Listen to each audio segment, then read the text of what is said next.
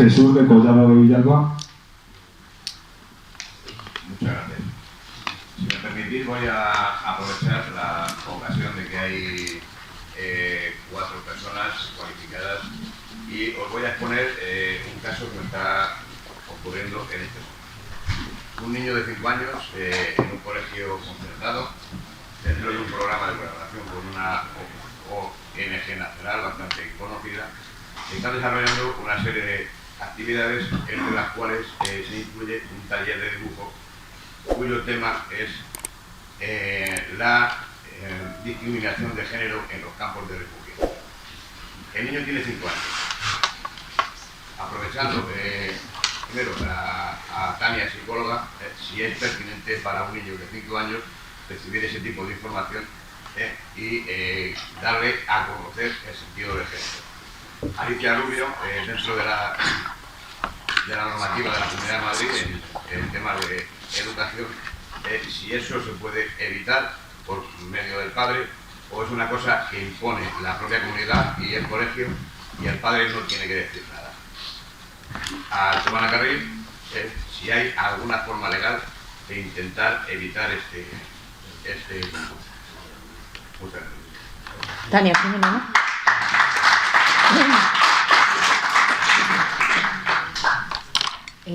Bueno, vamos a ver. Un niño con 5 años, como he dicho antes, es pura emoción. Los padres hoy en día insisten en darles 20.000 explicaciones, tirarse media hora, una hora hablándoles, y les digo que lo único que están haciendo es perder el tiempo. El niño está encantado porque su padre o su madre se está viendo, pero nada más. Entonces, con 5 años no tienen capacidad para entender estos conceptos. Y no solo eso, yo no sé si os han dado información de cómo se van a realizar esos talleres, de cómo se hacen, porque también eso sería importante. Discriminación de género en los campos de refugiados, has dicho. Ellos entienden lo que son los campos de refugiados de entrada, entienden lo que son los campos de refugiados. Entiendo que no, entienden. Como podrán comprender, es ajeno a... Claro, lo que pasa es que insisten desde esta ideología en obviar las diferencias de género, cuando las primeras feministas se tuvieron que tirar la toalla y rendir a la evidencia, como Lusain Rizandín, que es una de las investigadoras en este área, y es que nos guste más o menos, las diferencias de sexos, entre sexos existen, a la hora de procesar la información existen, y tendrían que además tenerse en cuenta cuando son tan pequeñitos. ¿Por qué no procesamos igual la información los hombres que las mujeres? Eso no significa que unos sean mejores que otros, ¿eh? Lo que pasa es que esas diferencias yo creo que además son adaptativas y nos han hecho ser complementarios como especie y haber llegado a donde hemos llegado. Yo de entrada, soy muy científica, entonces para emitir cualquier opinión siempre voy a recabar más datos, pero es que la mera exposición de la pregunta, el que se vaya a hacer esto y verlo en un folleto y que a mi hijo le vayan a dar una formación en eso, a mí me pondría los pelos de punta sin ser psicóloga. Siendo psicóloga, sabiendo los efectos que tiene a corto, medio y largo plazo para la salud emocional de ese niño, pues más todavía. No sé si he contestado a tu pregunta. Muchas gracias. Bueno, sobre lo que tenemos en la Comunidad de Madrid, o tenemos en España, el enorme problema es que las leyes de género se vulnera el artículo 27 de la Constitución, en la que los padres educamos a nuestros hijos en nuestros valores y convicciones, y se vulneran además los derechos del menor en cuanto al respeto a su intimidad, a su conciencia, a su percepción, a su edad. Da lo mismo. O sea, teóricamente todas las leyes de género son anticonstitucionales porque van contra la Constitución, no son inconstitucionales porque se han dado por válidas, incluso, es decir, leyes autonómicas que contradicen a leyes nacionales, luego, es decir, da lo mismo, los políticos han decidido hacer lo que les da la gana, y así es. Y entre otras cosas el adoctrinamiento en género, pero que me da lo mismo el adoctrinamiento en género al estilo feminista que todo el tema LGTB y trans. O sea, los niños de 5 años, si vosotros os pasáis por una librería, encontraréis 400 libros diferentes en los que dicen Pepito en el cuerpo de Pepita, el niño que tenía sombra de niña, Juanito que le gustaban los vestidos, Juanita que en realidad era un niño, 300.000. Pero bueno, no había otro tema, porque yo de pequeña teníamos ogros, lobos, brujas, una cosa más variada. Bueno, tiene su sentido. Los menores tienen un pensamiento mágico, Los menores son capaces de creerse que se ponen una capa de Superman y son Superman. Y van a un... Es decir, y creen que una serie de cosas, pues en fin, menores, pues bueno, los Reyes Magos vienen, regalos, etc. Entonces sucede que saben perfectamente que a esas edades los niños, por determinadas razones totalmente ajenas a una disforia de género o a un síndrome de Hardy-Benjamin, que está más relacionado además con problemas físicos y sobre todo hormonales, el niño puede decir porque quiere ser niña, que se siente niña, y estamos teniendo tal cantidad de niños que empiezan a meterles hormonas y hacerles cosas para cambiarles el sexo sin permiso de los padres, sin la opinión de los padres, sin la opinión de médicos, que es una monstruosidad. Es decir, no solo en eso, el adoctrinamiento es en todas las etapas y en todas las historietas de género. ¿Qué sucede? Que nosotros pedimos el PIN parental desde Vox. El PIN parental tiene función siempre y cuando sean cursillos externos. Es decir, tiene un grupo que previo pago de su importe, además, por ejemplo, 1 millón de euros, como sabemos el caso de Murcia, no te prives, que habla del tema de la homosexualidad y el lobby LGTBI, se llama así. Bueno, pues previo pago de su importe, van a las aulas, cuentan lo que les parece, y es psicología conductista.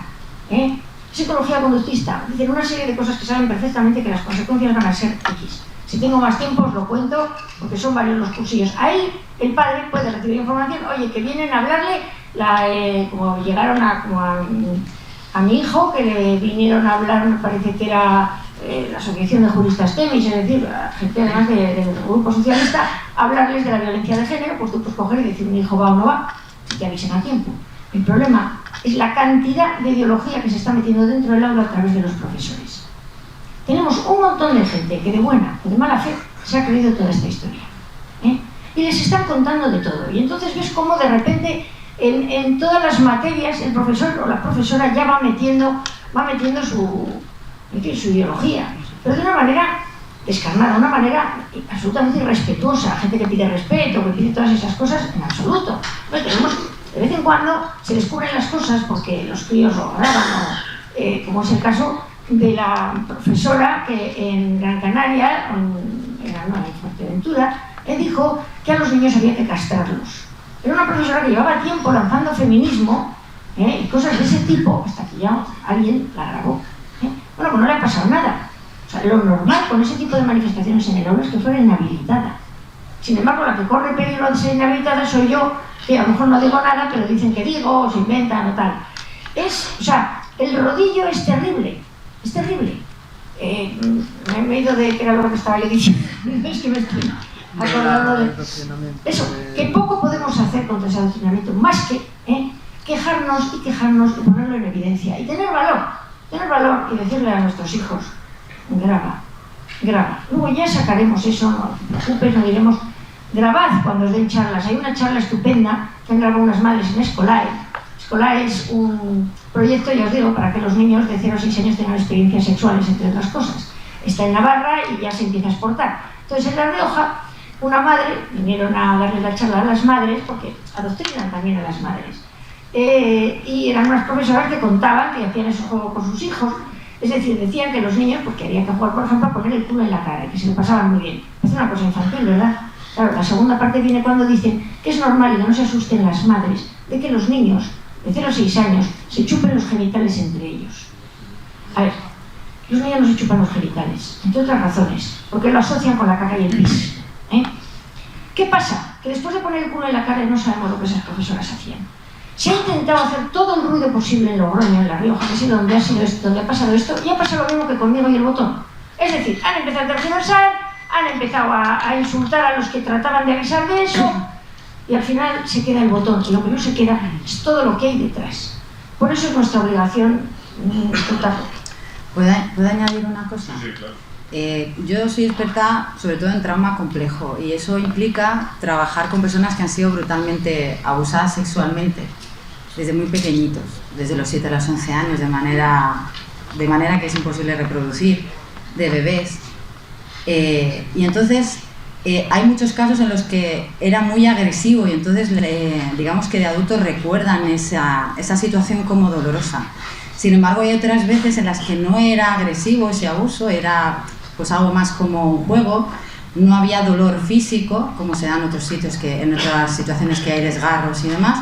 Sin embargo, la persona lo había vivido como algo traumático y 20 y 30 años después le seguía perturbando, le seguía persiguiendo y le había afectado durante toda su vida, a lo largo de toda su vida, a la hora de tener relaciones con los demás. La primera relación afectada era la que tenía consigo misma y a partir de ahí todo lo demás. Por eso lo que están diciendo ahora, lo que es el programa escolar, cuando yo tuve conocimiento, o sea, me parece una de las mayores aberraciones que se están llevando a cabo con estos menores y que evidentemente volvemos a lo de siempre. No es una cuestión de opinión, es una cuestión de experiencia, de lo que la experiencia a los psicólogos, a los psiquiatras, a los que forman esos equipos de psicosociales tan maravillosos, saben de sobra, de sobra. No tienen, o sea, los políticos es importante que hagan cosas, pero ¿dónde están todos los demás psicólogos? ¿Dónde están? ¿Dónde están? Yo me lo pregunto. ¿Y dónde están los demás políticos? Porque ¿dónde están los demás políticos? Porque es que yo todo esto lo estoy contando. Tengo otra intervención en la que cuento todo el tema de cómo descubrir lo que eran las clases de educación sexual y cómo decidí que era corrupción de menores, cuando una niña me dijo, profe, yo pensaba que el sexo oral era decir cochinerías por teléfono. Claro, entonces cogí y dije, pero ¿qué estamos contando a estas criaturas? ¿Qué falta de respeto a su intimidad, a su conciencia, a sus percepciones? ¿Qué estamos haciendo? ¿Y sabéis lo que me dijo el consejero? Nada. No solo eso, sino que además toda la bancada de la izquierda se rió muchísimo de mí.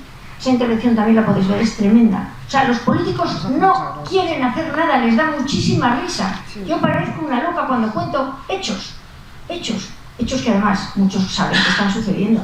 Entonces no hay psicólogos. ¿Dónde están los psicólogos? ¿Dónde están los políticos? Claro, os voy a decir, ¿dónde están? Escondidos en sus cuevas, porque mirad lo que me está pasando a mí.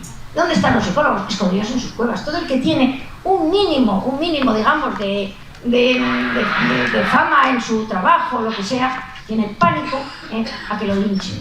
Y es normal, pero es que al final, por la inacción de los buenos, acaban ganando los malos. Yo no sé si...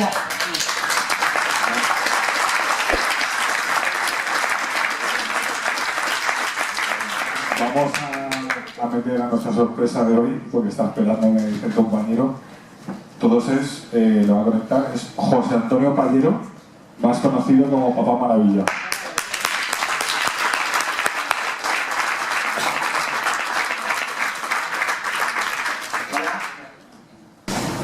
Bueno, por lo valiente que ha sido, yo quería aportarle con este tema del botón y de la costura. Bueno, yo como sabe alguna gente, soy maestro y he trabajado durante 18 años en colegios y he conocido el sistema educativo sueco. Y allí en Suecia tienen la asignatura a los niños pequeños, los niños y las niñas, de coser, de planchar y de hacer bricolaje. Entonces, lo que estaba diciendo Alicia Rubio en el Parlamento Autonómico era lo mismo que la cadena SER o los periódicos nacionales como El País estaban elevando a que era lo máximo en los modelos educativos suecos. O sea, esto ya es el cortocircuito total. Entonces, bueno, animarla porque a mí, yo que trabajo en un colegio, me parecería muy bien que se quitaran horas y horas de adoctrinamiento de género a tipos de estas cosas más útiles para la vida diaria, como, pues yo qué sé, arreglar un enchufe o coser un botón, cosas básicas tanto para hombres como para mujeres. Y también quiero, antes de nada, no sé si me vais a preguntar algo, quería también felicitar a Giovanna por todo el trabajo que está haciendo en Galicia, con un campo que conozco personalmente y que me ha tocado el alma de esos dos niños. Y muchísimas gracias por todo el esfuerzo que está haciendo y que seguro que va a tener un buen final. Gracias, José. Muchísimas gracias.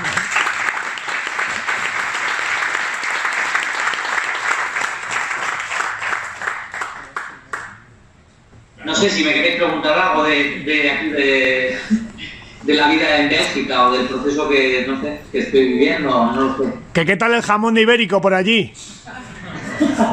Pues mira, tengo un supermercado a 50 metros donde vende jamón español y venden las lentejas del Corte Inglés, la fabada Entonces, no hay ningún problema. O sea, hay alimentos de todo tipo, y me puedo hacer, hay hasta tortillas de patatas envasadas. Es decir, que la inmigración ya no es lo que era, y con las nuevas tecnologías es como casi conquistar en casa. Pero bueno, faltan cosas, claro. Pero mi banderita de España aquí la tengo, que fue lo primero que me trajeron, mi hermano.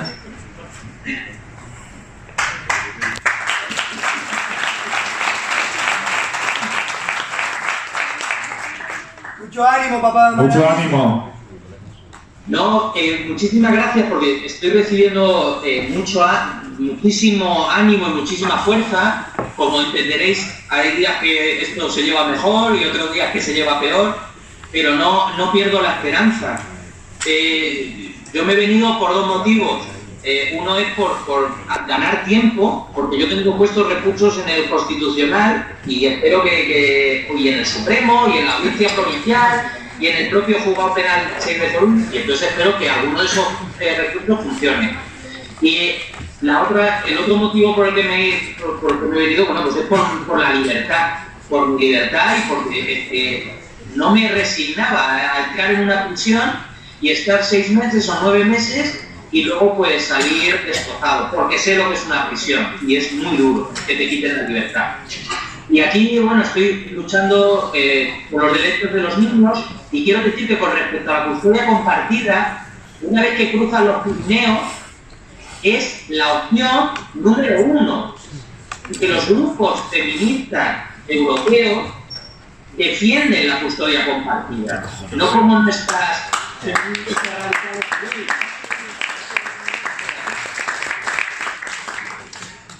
Yo estaba hablando en asociaciones, porque he tenido que pasar también entrevistas por el tema de la y es que cortocircuitan, y me dicen, y mujeres que me decían, pero ¿cómo? Pero que tú querías la custodia para ti y ella quería la custodia compartida. Digo, no, es al revés. Ella quería la custodia para ella, no quería la custodia compartida. Lo ven como algo machista. Ese punto de vista de las mujeres aquí lo ven como algo machista. Y otra de las cosas que cambia es que aquí, yo no sé cuál es el teléfono de violencia de género, el 016. Aquí, esa noticia, o esa parte, no está en la agenda, no está en la agenda social. ¿Vale? Aquí hay otras cosas como la inmigración y los refugiados, la acogida de los refugiados, eso está, te lo meten por vena, pero aquí no existe esto de la violencia de género. Abren los telediarios, ya han muerto 48, ya han muerto 49, vamos a conectar. No, eso no existe. Eso es solo hispánico, porque claro, en España está llegando mucho dinero desde Bruselas, precisamente, a España vía las denuncias, que pasaron de 20.000 en los años 90 en el año 2017 166.000, por 8. Es decir, que en 20 años los hombres son 8 veces más maltratadores. Es una farsa. Es por lo dinero que está extrayendo, sobre todo la izquierda del Partido Socialista, para dárselo a las asociaciones en España para que les hagan propaganda. Eso es todo. Pero claro, desmontar eso es muy, muy difícil. Muy, muy difícil. El lavado del cerebro ha sido... José Antonio, espera un momento. Que te tienen que preguntar una cosa, Soraya. Sí. Hola, José. Hola, Soraya. ¿Qué tal te va? No, Bueno, tirando. Te quería hacer un apunte, que claro, la gente no se acuerda, que yo me lo he apuntado aquí porque tampoco me acordaba, y es que tienes razón en lo que dices, es todo un negocio económico, lucrativo. Se acordó en un acuerdo de ministros el 29 de julio del 2005, BOE 215 de 8 de septiembre, página 30.545, que fue la que estableció como criterio para la concesión de subvenciones, literalmente el número de denuncias que se ponían. Entonces, simplemente ese texto que cualquiera puede buscar, se puede dar cuenta de que la ley de violencia de género lo único que intenta es conseguir un ánimo de lucro, conseguir subvenciones y seguir ganando dinero los mismos de siempre. Nada más.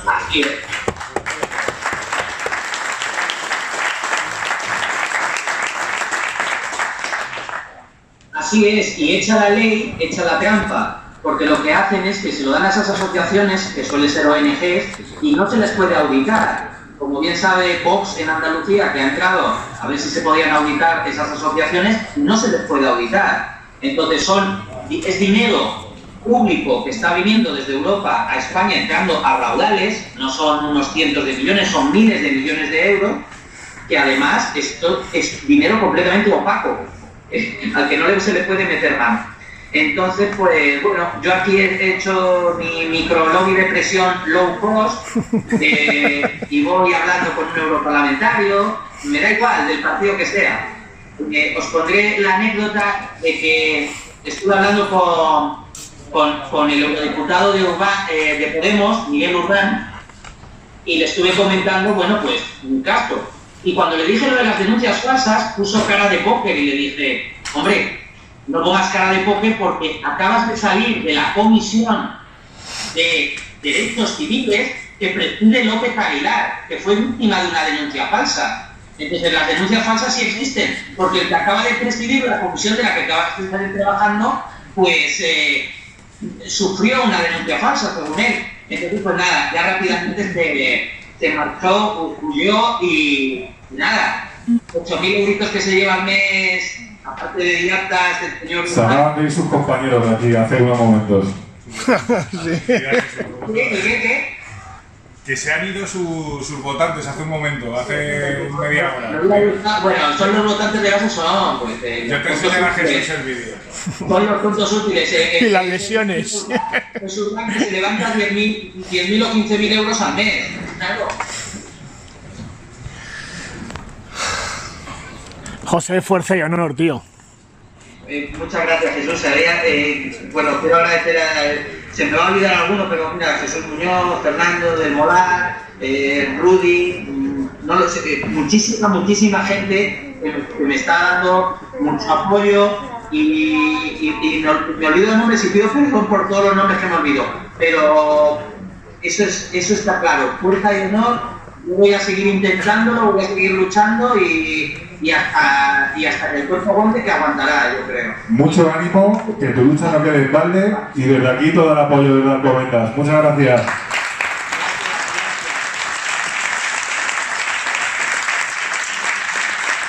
Antes de seguir con las preguntas, vamos a tener un testimonio que han traído de unos compañeros. Es menor de edad, por eso tapa el rostro. Tenemos el permiso de su familia en que haga el testimonio. Giovanna la está tranquilizando. Nos va a dar el testimonio en primera persona de lo que sufre un niño con una separación y cómo lo ha vivido en sus carnes. ¿Se escucha? Vale. No sé si me se va a escuchar bien, pero lo voy a intentar hacer lo mejor posible. Bueno, para empezar quería darle gracias a los que me han apoyado siempre y a Giovanna, porque siempre están conmigo y ha sentido siempre en mí, y a Jesús, que gracias a él pues estamos aquí. Estar aquí y... Un aplauso.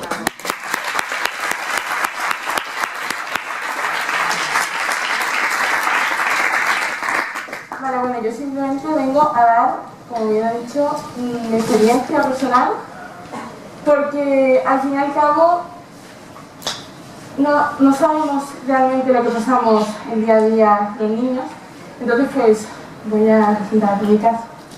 Bueno, pues todo empezó en 2011 cuando mi madre decidió poner una denuncia de violencia de género a mi padre.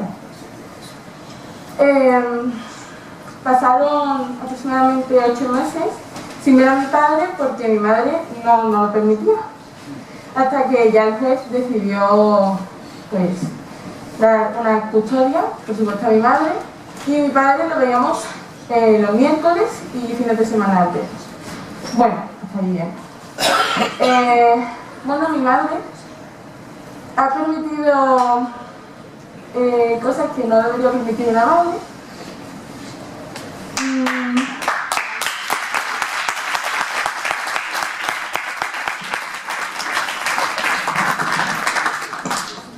Bueno, mi madre permitió... A ver, mi madre en un corto plazo de tiempo tuvo muchísimos novios y los metía en casa, entonces pues obviamente no controlaba. ¿Sí que controlaba? Bueno, mi hermana y yo fuimos maltratadas físicamente por uno de esos novios y mi madre, por supuesto, le daba la razón a esa pareja que tuvo, porque supuestamente nosotros éramos las que provocábamos ese maltrato. Bueno, yo ya esto me costaba entenderlo, obviamente, y ya empecé a ver cosas que no eran normal y también permitió muchas cosas que no me quiero comentar, pero muy graves, que hemos tenido que sufrir sobre todo mi hermana y yo. Y entonces hubo una vez, porque mi madre siempre nos hablaba mal de mi padre a mí y a mis hermanos y de mi familia. Entonces pues hasta que un día me di cuenta, comparando obviamente, que mi padre no era tan malo.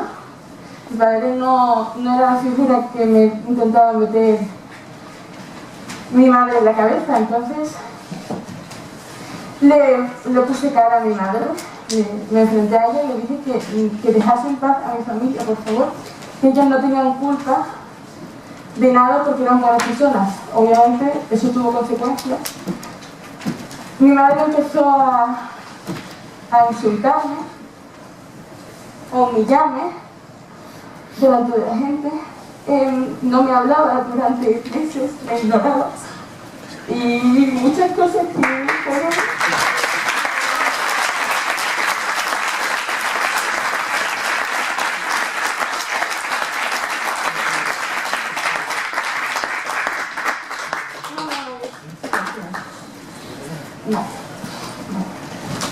Y no quiero alargar mucho esto, pero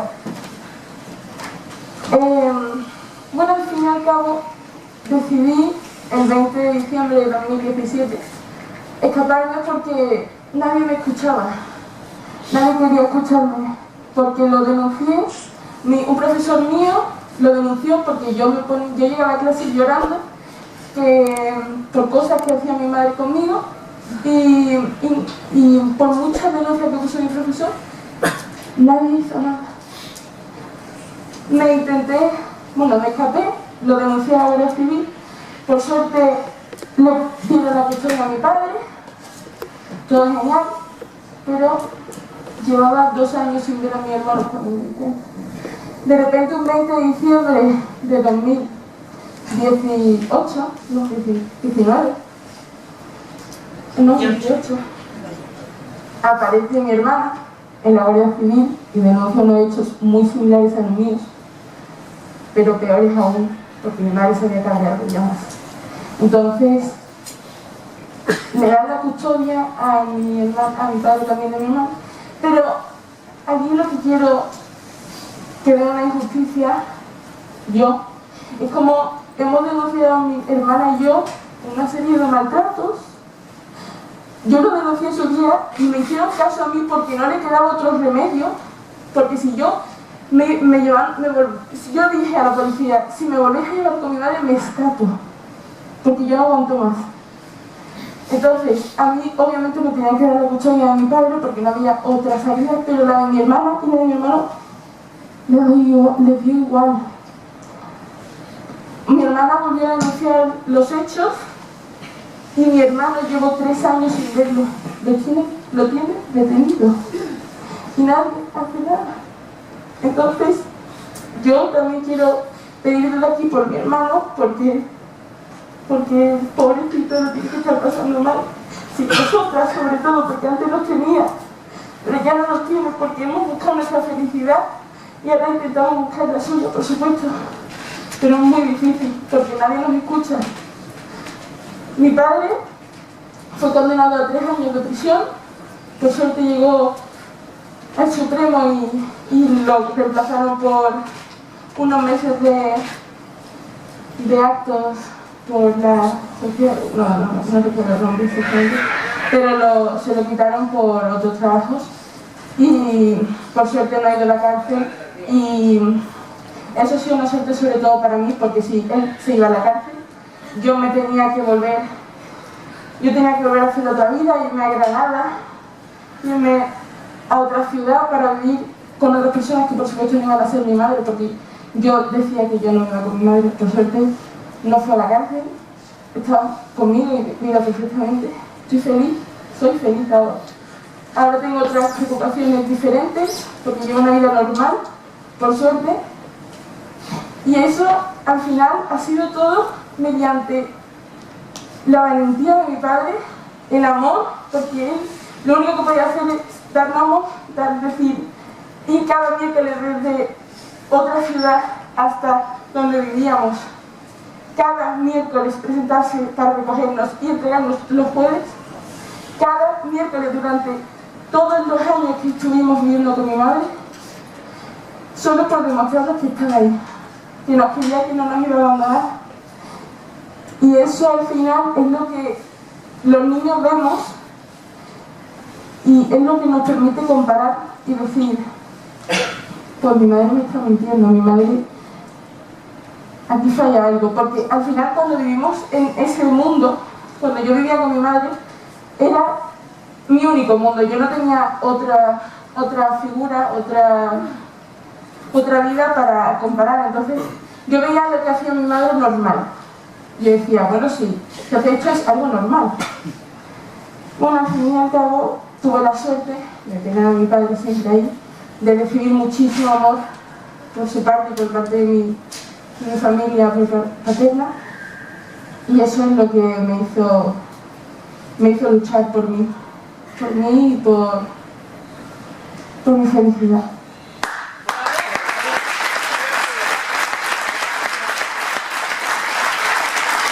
Muchas gracias, Juanito. Muchas gracias.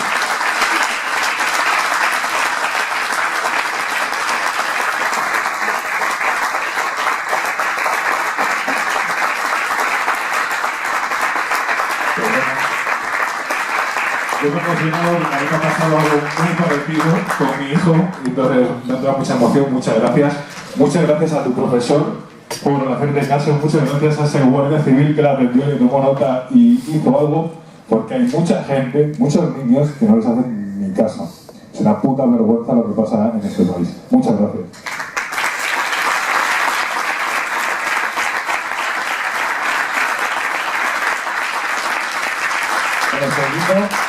Vamos a seguir con Maite de Cuenca, que tenía una pregunta. Luego estaba aquí el caballero. Yo quería, haciendo referencia a Papá Maravilla. Sí, dime. Yo creo que el testimonio de esta chica nos hace reflexionar muchísimo. Creo que os debe dar fuerza a todos los padres que estáis pasando por situaciones parecidas, a que sigáis luchando, que no os dejéis en el empeño de que no os rindáis, que muchas veces estáis tan abatidos psicológicamente que no podéis más, no podéis seguir el camino. Que no os rindáis, que al final los hijos son los mejores jueces, ¿vale? Y era simplemente eso. Es muy importante eso que dices, chicos. Y que por lo menos acabamos de ver que no hay malos ni buenos, es decir, al final tanto un padre puede ser muy malo como una madre. Entonces yo creo que eso es importante, que al final son personas y no sexos los que diferencian. Volviendo a Papá Maravilla, lo que estaba diciendo en tema de la lucha suya con la violencia, con la custodia compartida, no sé cómo lo veis, si queréis comentar algo a sus palabras. Giovanna, tú que conoces el caso. Yo creo que lo que le ha pasado a Papá Maravilla es lo que le acaba pasando a muchos de los padres que están solicitando la custodia compartida o que la han conseguido. Yo tengo muchísimos clientes a los que le advierto ya en un principio que solicitar la custodia compartida conlleva este riesgo. Es lamentable, pero es que es así.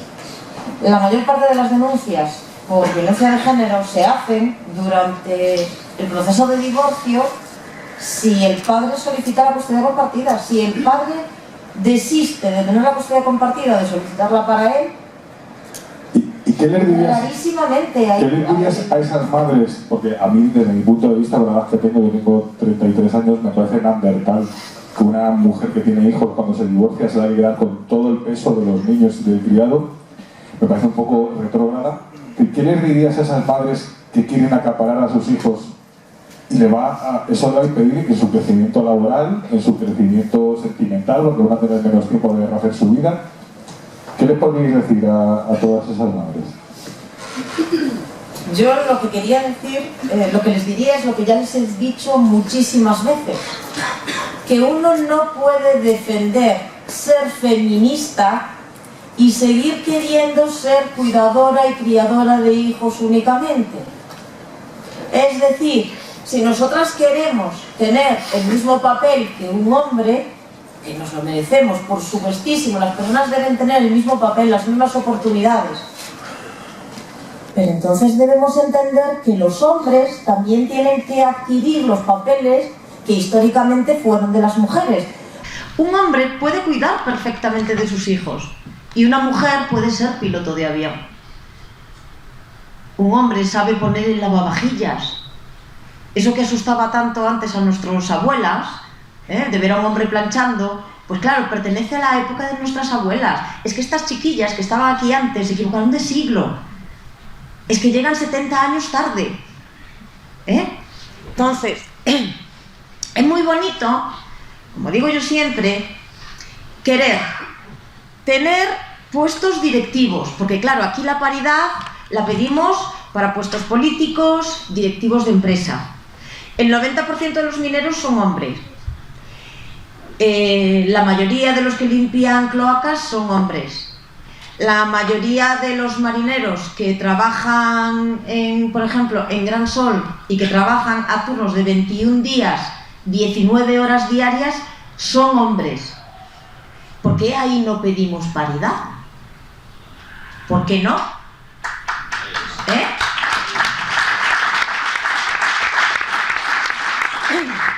Lo que pasa es que pedimos paridad para puestos ejecutivos.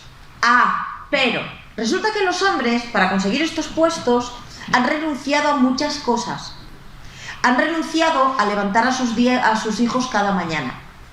Han renunciado a las fiestas de Navidad. Han renunciado a llevar a sus hijos al parque. Pero muchas mujeres lo quieren todo. Quieren el puesto directivo, quieren el sueldazo, pero siguen queriendo llevar a los niños al desayuno, al parque y a la función de Navidad. Y es que todo no se puede, porque tampoco pueden ellos. Entonces nosotros queremos lo mejor de ser mujer y lo mejor de ser hombre. Entonces claro, así juega cualquiera, también quiero yo. ¿Sabéis? Pero claro, es que eso pues no puede ser. Entonces, ¿qué les diría? Pues que o queremos vivir en igualdad de condiciones, igualdad absoluta de condiciones, o lo que no podemos querer es lo mejor de un lado y lo mejor del otro. Y yo lo que no entenderé jamás es cómo hay mujeres que llaman a los hombres machistas, pero luego se casan, dejan su trabajo y dicen, cariño, y ahora los niños los cuido yo, porque las guarderías son tan caras que total mi sueldo pues se lo va a llevar la de la guardería. Ya, pero ¿qué hay de tu proyección profesional? ¿Qué hay del estar fuera, inmersa en el ámbito laboral y poder progresar y poder... Claro, yo entiendo y respeto a una mujer que se quiera quedar en casa y criar a sus hijos. Pero es que después no puede tener las mismas oportunidades que yo. Y después no puede decir, quiero ser igual que ella, que es una privilegiada del patriarcado. No, hombre, ¿sabes? Es que yo me he perdido las fiestas del cumpleaños. Yo nunca he dado de desayunar a mis hijos. Yo nunca he comido con mis hijos. Claro. Yo he tenido que perder lo mismo que pierden la mayor parte de los padres. Entonces, yo no puedo ni defender ni entender esa postura. No podré jamás.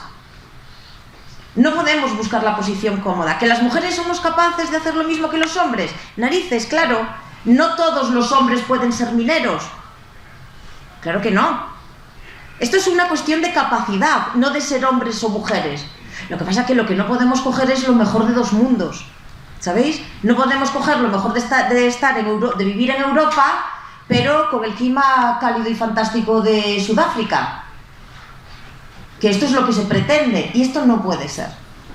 Y esto es lo que yo jamás entenderé. Y estas chicas que estaban aquí atrás, lo que quieren es esto.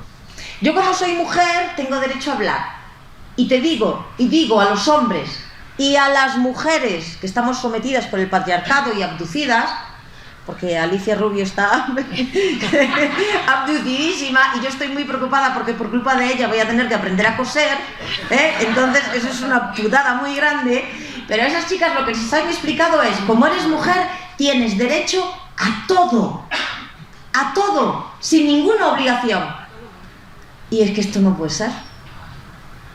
Pero lo que más rabia me da, lo que más lástima me da, es que personas como mi abuela y mi madre lucharon para que yo pudiese ir a la facultad y elegir la carrera que me diese la gana, para que pudiese vivir solo acompañada de un hombre, de una mujer, para que pudiese trabajar o no trabajar o hacer lo que quisiese.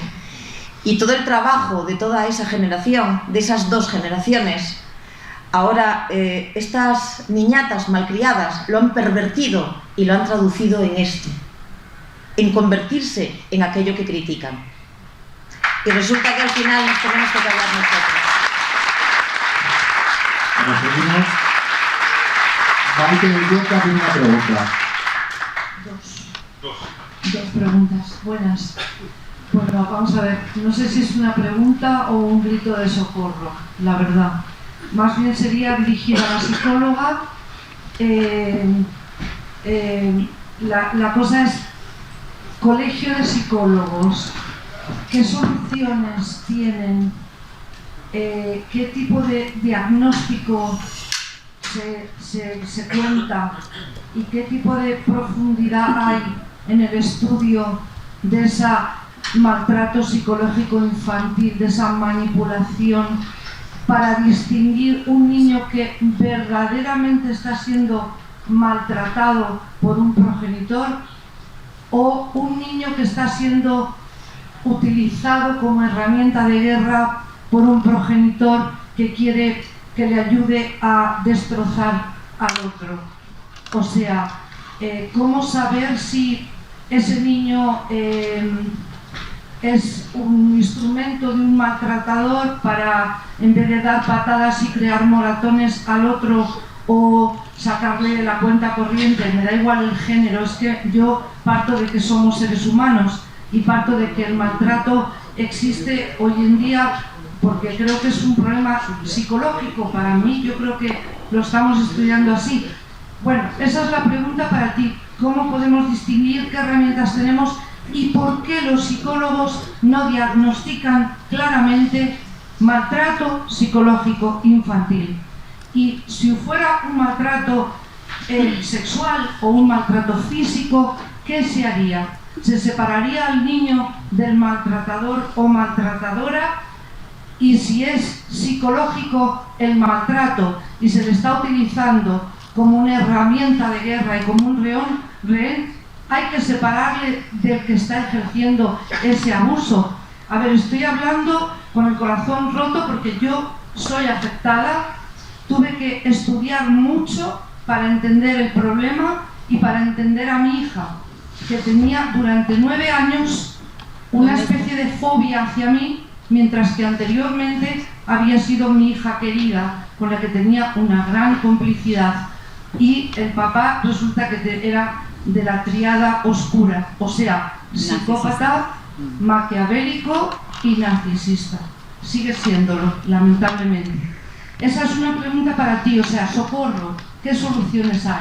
¿Por qué los psicólogos no salen adelante? Y la pregunta para la abogada es, me parece que es Joana para ti, perdonadme, es que he llegado un poco tarde, no sé si habéis respondido ya a estas preguntas o no, pero... ¿Para cuál? ¿Para la guapa o para la del pelo blanco? Ah, bueno, para cualquiera de las dos. A ver, yo, un compañero nuestro, que además lo conoce, el Papá Maravillas, porque estuvieron viendo al Papa con un montón de firmas, no sé si os suena un tal Pablo, pues él planteaba una cosa que a mí me hizo pensar, y la pregunta va por ahí. Él decía, artículo 9 me parece que es de la Convención de Derechos del Niño, el derecho a la familia, y él decía, a los niños se les está haciendo elegir entre, en el juzgado, oye, ¿quieres tu brazo derecho o quieres tu brazo izquierdo? Ah, bueno, ya hemos consultado al niño. El niño ha dicho que prefiere cortarse el brazo derecho. Bueno, este niño no, este niño dice que prefiere cortarse el brazo izquierdo. O sea, prefiere privarse de papá o privarse de mamá. En definitiva, este compañero nuestro proponía, a los niños hay que sacarlos del juzgado. Hay que sacarlos. Esa exploración no la debe hacer un juez, porque un juez no entiende de psicología. Un juez no sabe cuando el niño miente, no sabe cuando está coaccionado en casa y le han pellizcado para que le han privado de la consola para que salga y denuncie a su padre o a su madre. Me da igual, yo no distingo de géneros, soy ser humano, por encima de todas las cosas. Entonces, me gustaría saber que vosotras que tenéis experiencia de la exploración al menor, que yo creo que se debería hacer por parte de psicólogos muy cualificados, no tampoco por cualquiera, pero vosotros que tenéis experiencia, ¿cómo lo vive el niño? El tener que ir a un juzgado, que le pongan ahí delante de un micro, con 10 años, 12 años, y tenga que decir si su papá le ha pegado, su mamá le ha pegado, si... Esto, yo tengo experiencia de esto, y para mi hija esto ha sido un trauma inmenso. Yo tuve que sacar... Bueno, ya está. Gracias. Tania, Giovanna, agradecer a Maite que haya venido, porque también creo que es bueno escuchar a madres en esta situación que vamos a muchos hombres. Tania. Voy a empezar diciendo que el Colegio Oficial de Psicólogos de Madrid tiene un lazo violeta en su logo. Que los 3 cursos que podía hacer de actualización que se hacen trimestralmente el Colegio de Psicólogos de la Comunidad Valenciana, que es a donde yo pertenezco, 2 de ellos son sobre temas de género. Entonces, los psicólogos que queremos ayudar tenemos que salirnos fuera de esas vías, porque por ahí yo por lo menos de momento lo he dado todo por perdido, porque pasa como con la política, al final se ha politizado. ¿Qué edad tiene tu hija? ¿Me has dicho 10? No, ¿ahora? Tenía 11 cuando me la secuestraron. Me la secuestró el padre y la justicia. Hoy tiene 19 y tengo que decir que la he recuperado, ¿eh? Pero tiene trauma. Vale, te puedo decir que hay cosas irrecuperables como son el tiempo y la nostalgia de lo que no se pudo vivir, pero que afortunadamente tenemos herramientas derivadas de la neurociencia que yo utilizo diariamente en consulta. Recientemente he trabajado con una niña que vivió algo como la tuya, con 9 años vio una serie de situaciones en casa y 10 años después aparece en consulta. Hemos trabajado y ella está ahora viviendo una vida completamente diferente, plena y feliz. Si es posible que ella vaya a un profesional de la psicología que tenga y disponga de las herramientas adecuadas, con todo el amor que ese profesional le tiene que proferir, así como tú y todo su entorno, puede salir de donde está. Y te lo digo porque lo veo diariamente. De verdad que si no fuera así, yo me iba con mi marido a la tienda que tiene que es charcutero, carnicero, y me iba tan ricamente a trabajar con él. Pero como veo que de verdad funciona, que de verdad ayudan estas herramientas, pues no me importa que me partan la cara ni que me retiren la palabra como lo están haciendo, porque lo defenderé allá donde vaya. Me da cosa no poder verte la cara, pero bueno, decirte que sí, que si ya la tienes, eso era lo más importante, porque me consta que la estás ayudando mucho y encuentra al profesional adecuado porque puede salir de ahí, porque va a salir de ahí y poder tener una vida plena. Al final tenemos una cosa maravillosa que, como decía el otro día, los psicosociales, alguna de ellas me gustaría, dicen que los niños olvidan, que no pasa nada, y no es cierto, lo tapan todo, ¿vale? Lo tapan todo, pero con la plasticidad maravillosa que tenemos de nuestro cerebro y las herramientas de la neurociencia, podemos resetear el sistema, liberar todo lo que hemos ido acumulando y poder acceder a nuestra esencia, que esa es inmutable, esa no la puede dañar nadie. ¿Sí? Gracias. Vale, en referencia a la pregunta que me haces a mí sobre el artículo 9 de la Convención de Derechos de los Niños, pues pasa un poco como con el articulado de nuestro Código Civil en referencia a la protección que debe haber después del divorcio de los padres. Ese es un artículo maravilloso, pero en España es de muy difícil aplicación, porque en España, salvo que la custodia compartida sea de mutuo acuerdo, ¿vale?, Las custodias contenciosas que se dan son pocas y, como te dije antes, son muy fáciles de romper y difíciles de conservar por parte de los padres habitualmente. Aquí, por defecto, se suele dar la custodia para las madres. Cuando se da la custodia para uno u otro progenitor, es muy difícil que el niño conserve en ambos hogares la sensación de familia.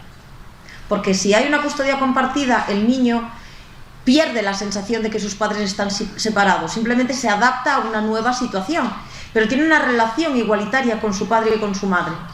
Sin embargo, cuando hay una custodia monoparental, que casi siempre es a favor de las madres, como te digo, los padres se convierten en auténticos visitadores. Y además, como las visitas, por ejemplo, que se pierden no son recuperables, hay padres que por un catarrillo y unas décimas de fiebre y que el niño le rasca un poco la garganta, pueden tirarse mes y medio sin ver a sus hijos. Y aquí no pasa nada. Porque cuando ejecutas, pues resulta que cuando llegas a la vista, resulta que han pasado 12 o 14 meses. Pues ya no te acuerdas ni del catarrillo, ni de la otitis, ni de nada.